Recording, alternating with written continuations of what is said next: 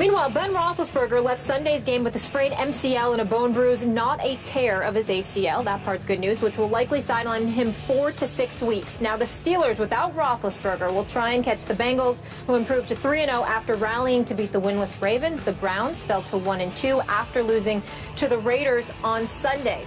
We asked you guys earlier in the show, can the Steelers reach the playoffs without Big Ben for a long stretch? And here are the results. 61% say yes.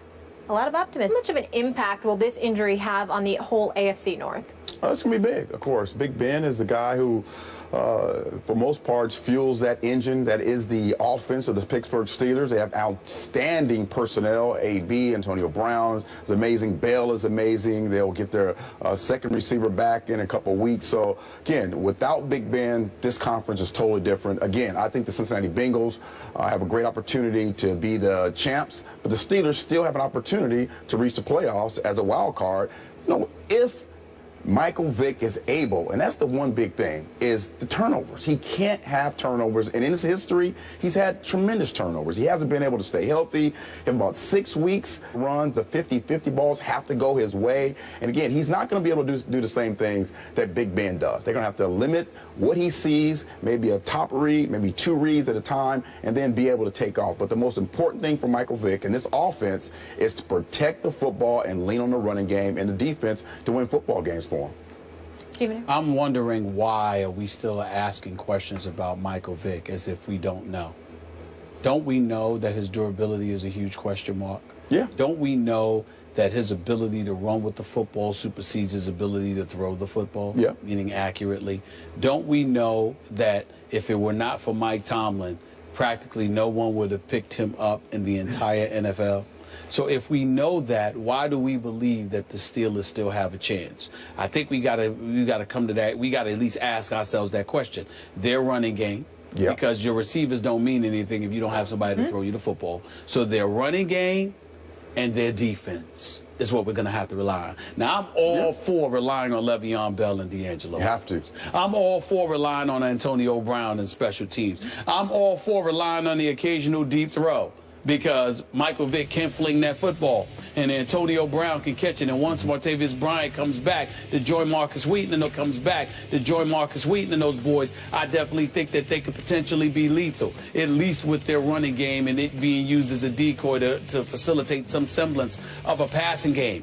But the combination of Vick's durability and his accuracy as a thrower, combined with the Steelers' secondary, has me concerned. Not concerned enough to surmise that they'll miss the playoffs, but it does have me concerned about their ability to win the AFC North, particularly with Cincinnati showing up in a regular season the way that it does. I don't expect Cincinnati to get anywhere. Right, I mean, right.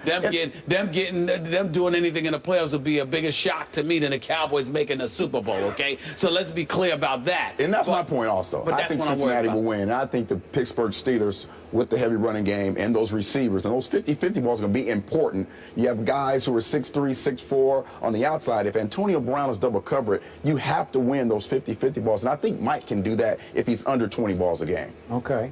Now, help me out. I don't remember that you had an issue when Mike Tomlin signed Mike. I don't. Okay? I did not. But now you're having real trepidation about whether it's the right fit. Because of how many games Roethlisberger is going to be out. I have no problem with Vic being a backup. I think that they got some huge question marks about him, but I still think that he's a playmaker. What I'm saying is it's an entirely different ball game when you have to come into a game because your quarterback gets hurt, and when you have to stay in for several weeks at a time because he's out. Because now they get to plan for you, as opposed to having to deal with you because modifications must take place, because in the throes of a game, Vic had to come in. Like yesterday, him coming in against St. Louis, as tough as St. Louis' defense can be, I have no problem with that because that's ideal. But if St. Louis got to plan a week in advance for Michael Vick, I would have been considerably more worried. Yeah, but what if the Steelers had gotten to plan plays for Michael Vick to run? Because he tried to go in and basically run what the game plan was, which wasn't fair to Michael Vick. Because he's not been. Well, I'm not denying that, but I'm going by the Michael Vick that I saw on the latter part of his year, Philadelphia right here, and right New now. York. Okay. could you make a case they would have been better off for a 4 to 6 game stretch with Landry Jones as their backup quarterback? I can't because I haven't seen Landry Jones since college. Okay. Well, I saw him a lot in college, and I told you I didn't love him in college. Right. And he played in a whole lot of big football games in college. Yep. And if memory serves, he was their second-round pick because he was a poor man's Roethlisberger. Right. He's about 6'5", I don't know what he is, 235 or 40. He's right out of the same mold,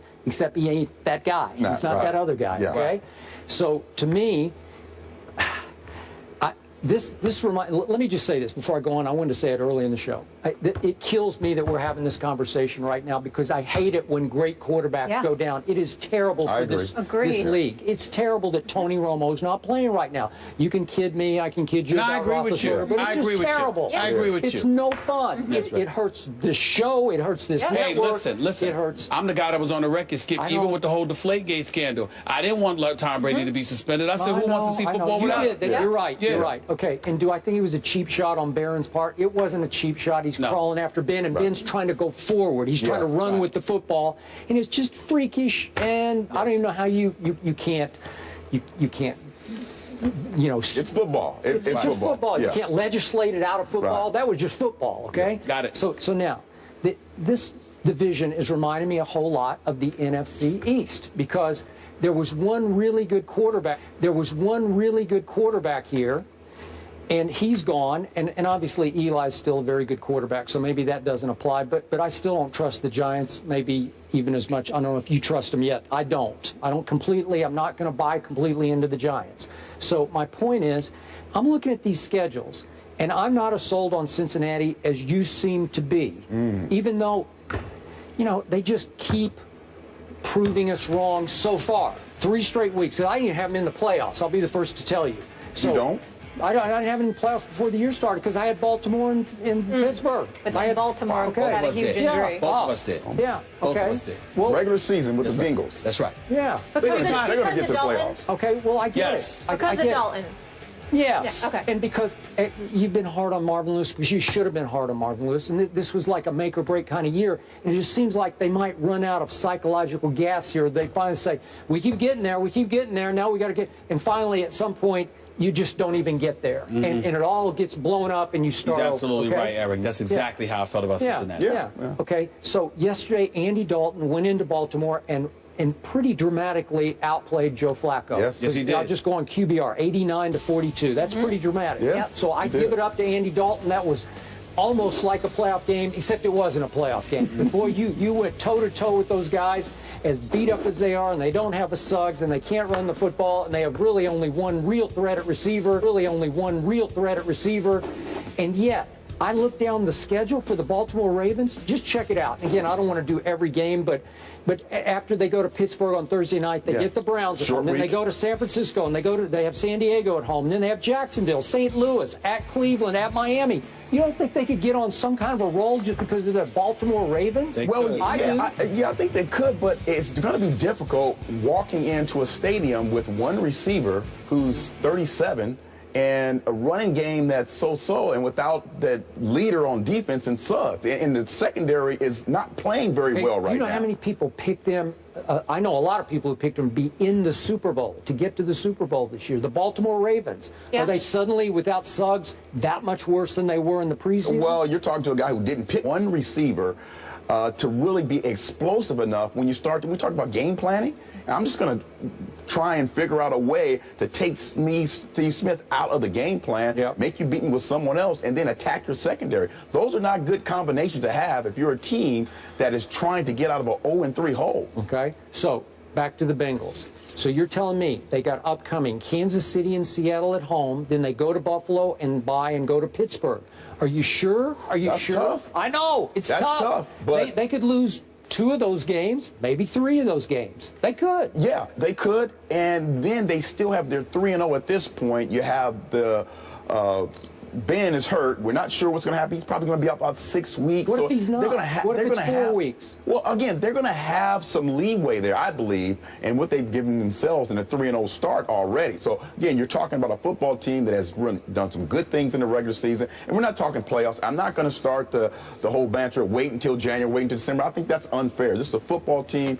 2015 Cincinnati Bengals are different from the last couple of football teams. I think they have enough in the cupboard to be able to win this division. Okay. Did you have them before the year went in the division?